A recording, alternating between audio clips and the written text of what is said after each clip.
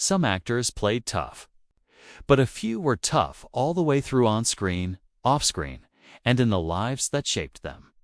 These men didn't learn toughness from scripts or directors. They carried it in their bones, carved from scars, hard labor, and danger. Behind their calm stares were wars, prison cells, bare-knuckle fights, and near-death stunts. They didn't need to pretend because life had already tested them in this countdown. We look at the toughest men Hollywood has ever produced, actors whose strength wasn't a performance, but a fact. Some carried medals. Others carried mugshots. But all of them had something raw and unmistakable behind their eyes. The quiet certainty of a man who's been through worse than anything a movie could throw at him. Robert Mitchum was one of those men. A Georgia chain gang prisoner at 16. A freight train hopper during the Great Depression. A boxer under fake names just to buy food. His lazy-eyed stare wasn't an act, it was a warning. The scarred face and crooked nose weren't crafted by studio makeup.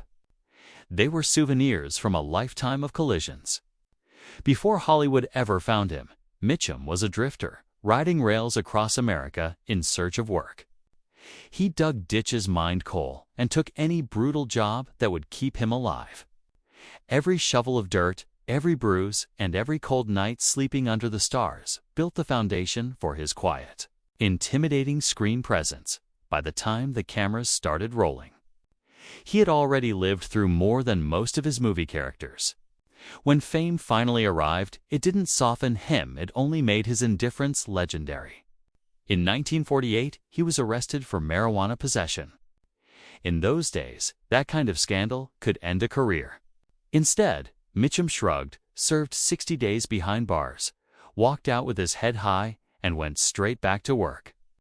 The public admired him even more. He didn't apologize. He didn't explain. He simply moved on. When asked about his acting style, he famously said, "I have two styles, with and without a horse." Translation, he didn't fake it. He just was. On set, there was something unsettling about his calm. He wasn't loud or boastful, but he carried the kind of quiet weight only real fighters do. Director Edward Dmytryk once said, "You didn't direct Mitchum. You just kept the camera rolling and hoped he didn't knock someone out." He didn't pose, didn't posture. He simply stood there, and everyone in the room felt it. Robert Mitchum didn't have to prove his toughness. Life had already done that for him. Charles Bronson came from even harder ground. A coal miner at age 10, a Purple Heart recipient, and a B-29 tail gunner flying bombing missions over Japan. Bronson's silence wasn't performance, it was armor. Born one of 15 children in a Pennsylvania mining family, his childhood wasn't difficult, it was punishing. He spent his early years underground, coated in coal dust, hauling rock for pennies a day. The mines built his body, but more importantly, they built his endurance. When World War II erupted, he traded the mines for the military. As a tail gunner in a B-29, he faced death every time he climbed aboard. The life expectancy in that position was brutally short. He survived, wounded in combat, and came home with a Purple Heart. After the war, he took whatever work he could find, short order, cook, onion picker, even part-time boxer. By the time Hollywood found him, he wasn't dreaming of fame. He just wanted a paycheck. But directors quickly realized he wasn't acting. His movements were efficient. His punches landed with alarming precision. Jan Michael Vincent, his co-star in The Mechanic, once said, "He grabbed my shirt in a scene, and I couldn't believe the strength." He wasn't pretending. After Death Wish made him famous, Bronson began receiving death threats from mob circles. The studio offered him bodyguards. He laughed. "I've lived too long and seen too much to be scared of that," he said. He was a man of few words, but every one of them carried weight. He showed up, hit his marks, delivered his lines like steel, and left. No games, no ego, no nonsense. Charles Bronson didn't wear the role of a tough man. He simply was one. John Wayne took a different road, but the toughness ran just as deep. Before the cowboy hats and the swagger, he was Marion Morrison, a poor kid from Iowa who learned hard work the same way he later learned his lines, by repetition and endurance. He earned a football scholarship to USC the hard way, through sweat and bruises, not privilege. His early Hollywood years were anything but glamorous. He hauled props, built sets, and did heavy labor just to stay on the lot. When stardom came, it didn't make him soft. It just gave him a bigger stage to display his resilience. During the filming of The Alamo, he cracked several ribs performing a horse stunt. Instead of halting production, he wrapped his torso, took painkillers, and went back to work. When doctors removed one of his lungs and 4 ribs in 1964 after a cancer diagnosis, he was back on screen within months, doing stunts again as if nothing had happened. The darkest chapter came during The Conqueror. FILMED, downwind of a nuclear test site in Utah. No one knew how dangerous it was. Decades later, nearly half of the 220 people involved in that production developed cancer, including Wayne. Still, he never complained, never blamed anyone, and never slowed down. When director Henry Hathaway suggested using a stunt double after his surgery, Wayne looked him dead in the eye and said, "Either I do my own stunts, or you get someone else." That wasn't movie dialogue, it was the man himself. Even his fiercest critics couldn't deny his strength. Kirk Douglas, who disagreed with him on almost everything political, once said, "You can disagree with him all day, but don't ever question his toughness." I've seen him work through things that would send most men to the hospital. John Wayne didn't pretend to be invincible. He just refused to stop moving, even when pain made every breath a battle. James Cagney was built differently, short, compact, but utterly explosive. 5'5", raised in Manhattan's rough Lower East Side, he learned to fight long before he learned to act. If you didn't swing first, you got hurt. Boxing wasn't a pastime, it was survival. Every day was a test, and losing wasn't an option. Those instincts never left him. When Cagney made it to the screen, audiences believed every punch, every glare, every twitch of aggression. His movements weren't staged. They were natural, sharp, and precise. Director Raoul Walsh said, "Jimmy knew how to throw a punch better than any actor I ever worked with, because he'd thrown plenty of real ones." But there was another side to him that made him unique. He was a trained dancer. Years of discipline gave him control and rhythm. His fight scenes were like choreographed perfectly, delivered with both grace and power. Off camera, he was quiet, quick to smile, but dangerous if provoked. Bob Hope once joked, Cagney was the kind of guy who'd knock you down, then help you up and buy you a drink. His toughness wasn't about swagger or threats. It was about precision and presence. Even as he aged, that energy never left. He carried himself like a man who had already proven himself 1,000 times and had nothing left to prove. Anthony Quinn was another force of nature, born during the chaos of the Mexican Revolution.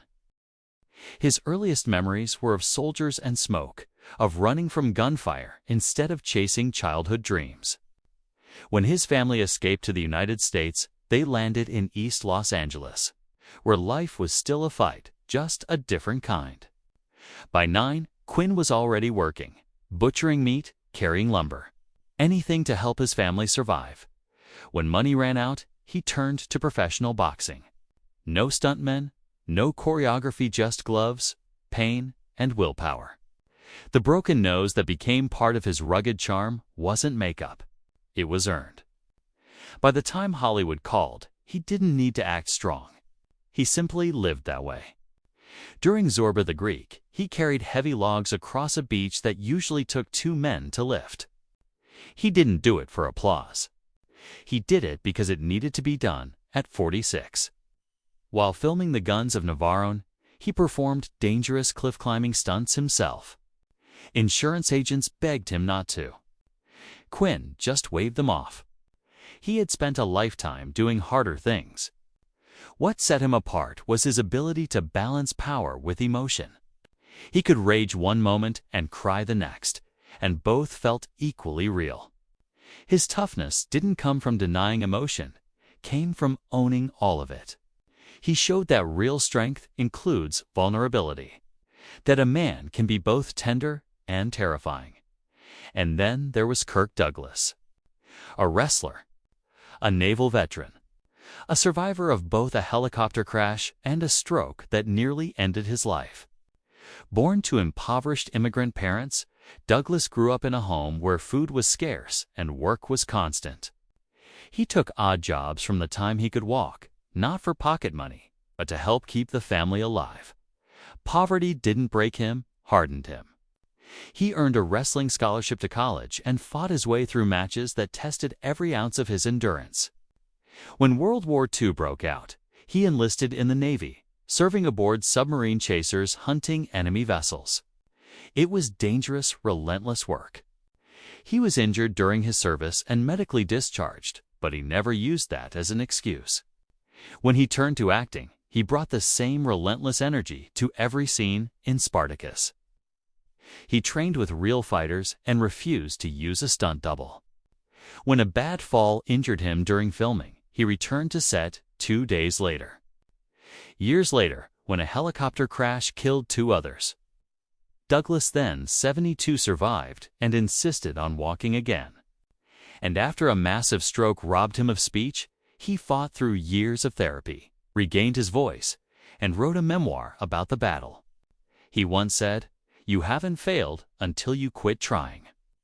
Kirk Douglas proved that toughness isn't about muscle or youth, it's about refusing to surrender.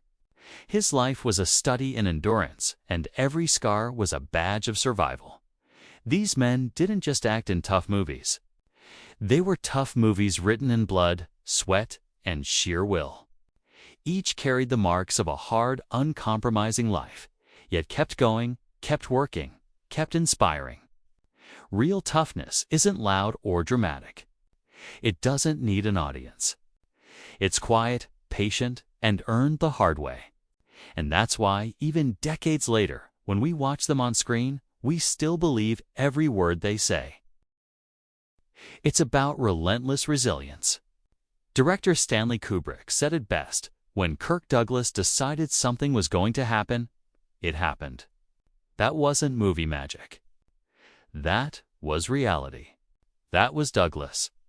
His willpower could move mountains. His determination could silence entire rooms. Every scene he played came with an invisible weight behind it, the kind of force that came not from acting, but from living. "Thank you. Thank you all very much," he once said, standing before a crowd that adored him. "I don't want to take up too much of your time. There are too many people to properly thank for helping me in my career."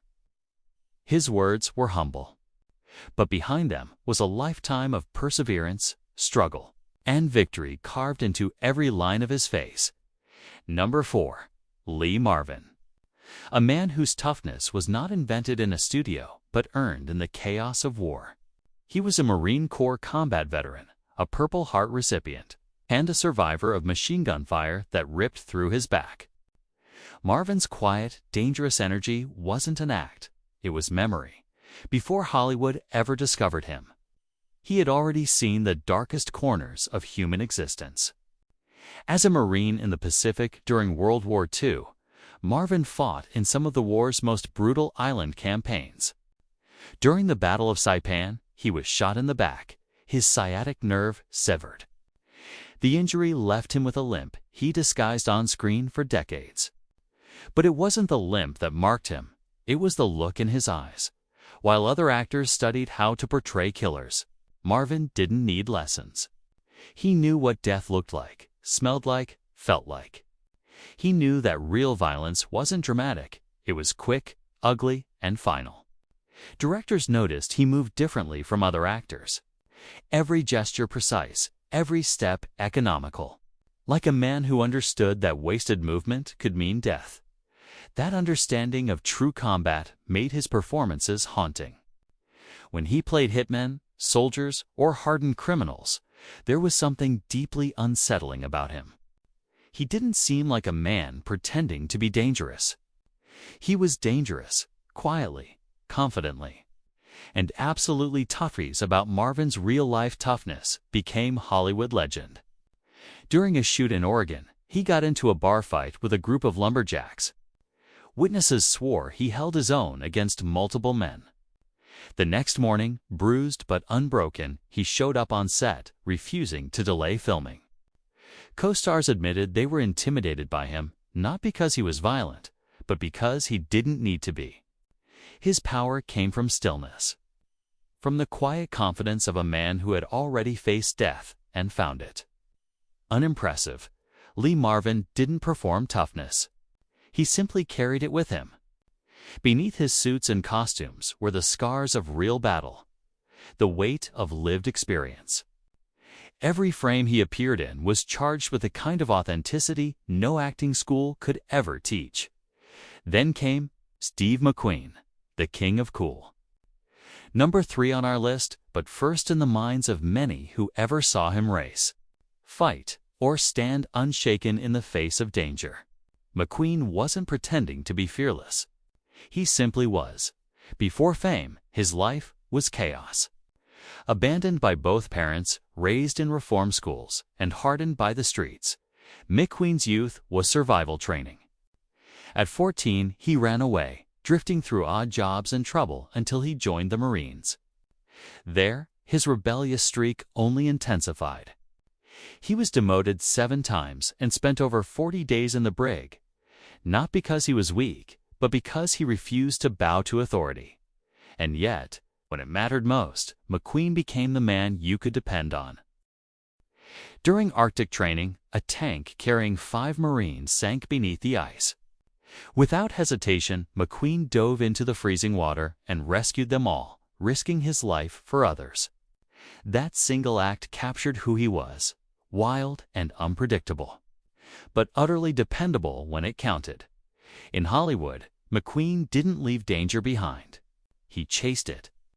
He performed nearly all of his own stunts, ignoring studio warnings and insurance threats. In The Great Escape, the only stunt he didn't perform, the iconic fence jump, was stopped by producers, who physically prevented him from doing it. On the sand pebbles, he nearly drowned filming river scenes. For the towering Inferno, he insisted on performing fire sequences so dangerous that professional stuntmen hesitated to attempt them. His passion for danger wasn't a performance, it was a calling. McQueen raced cars and motorcycles professionally, often under false names so studios couldn't intervene. At the grueling 1970 Sebring race, he placed 2nd overall despite racing with a cast on his broken foot, when told his name appeared on Charles Manson's kill list. McQueen didn't hire bodyguards. He simply started carrying a loaded Magnum everywhere he went. His stunt double once said, "Steve didn't act like a racer or a fighter. He was better than most professionals I knew." Steve McQueen didn't play the hero, he lived like one. Every film, every scene, every heartbeat was driven by that need to test the limits of fear. He was living proof that courage isn't the absence of fear, but the mastery of it. Of course, he once said. You have to remember, an absolutely key element in that film is Jack Amat, who taught me to drive. His grin said it all. For McQueen, life was a race, and he never once hit the brakes. Next came Charlton Heston, or, as his friends called him, Chuck, though the world knew him as Moses, Ben-Hur, and every larger-than-life hero who needed a man of true grit to bring him to life. Heston's toughness wasn't loud or theatrical. It was quiet endurance.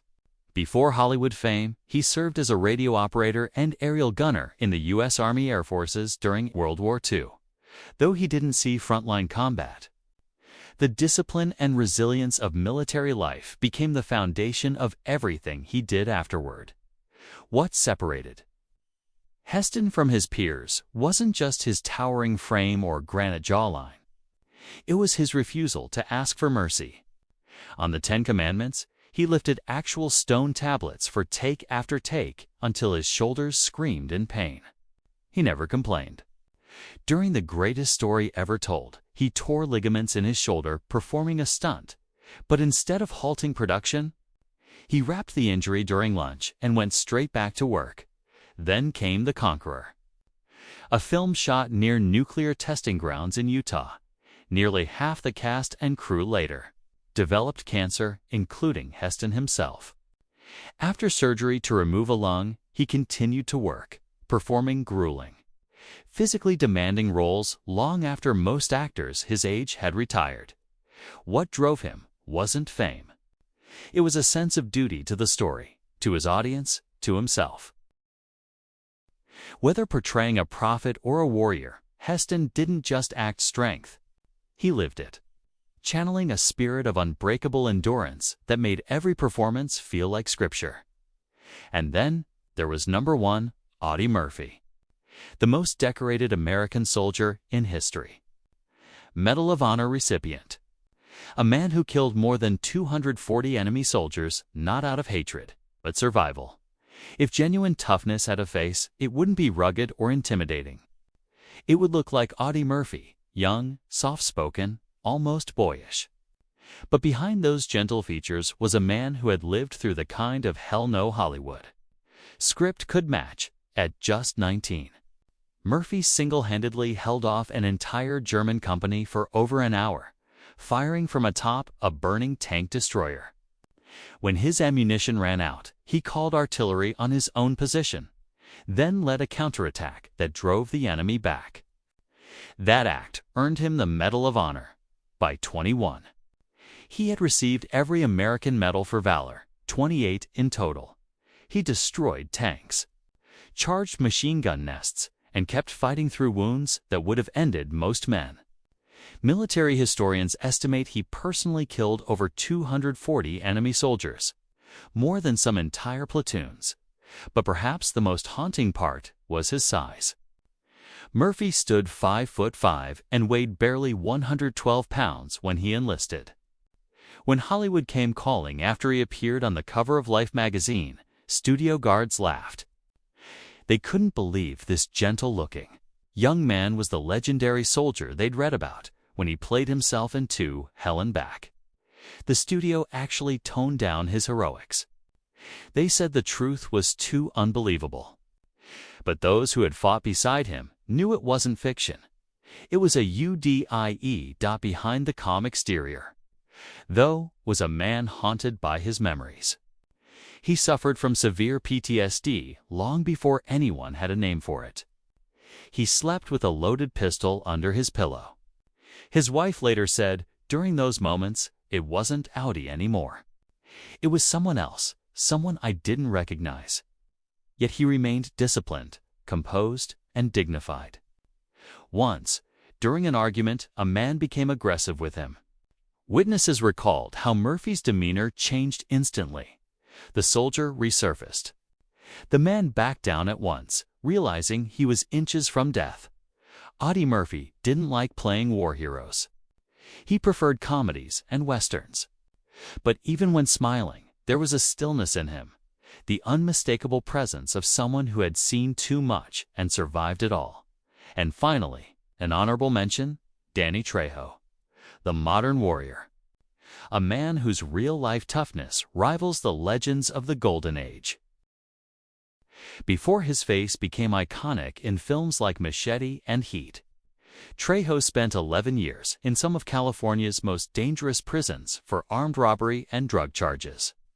Inside San Quentin, he became the prison's lightweight and welterweight boxing champion, fighting and surviving among the most violent inmates in America. The scars on his face aren't makeup. They're the record of a past that would have destroyed most men. But Trejo didn't just survive prison, he transformed. He got clean, stayed sober for over 50 years, and became a drug counselor dedicated to helping others escape addiction. When Hollywood found him, he wasn't chasing fame. He was visiting a film set to help a young actor battling drugs. His raw authenticity caught the eye of directors, and the rest became history. Unlike today's manufactured tough guys, Trejo doesn't need to prove anything. "I'm 75, he once said. "I don't want to be 76 pretending I'm Actors get hurt. Stuntmen don't. That's the wisdom of a man who's lived through everything and come out the other side without ego or fear. Among real ex-cons, Trejo commands instant respect.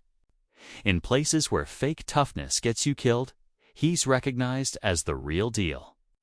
As one former inmate said, "Danny doesn't play tough, he is tough." And that's what connects all of them. Douglas, Marvin, McQueen, Heston, Murphy, Trejo. They weren't just actors.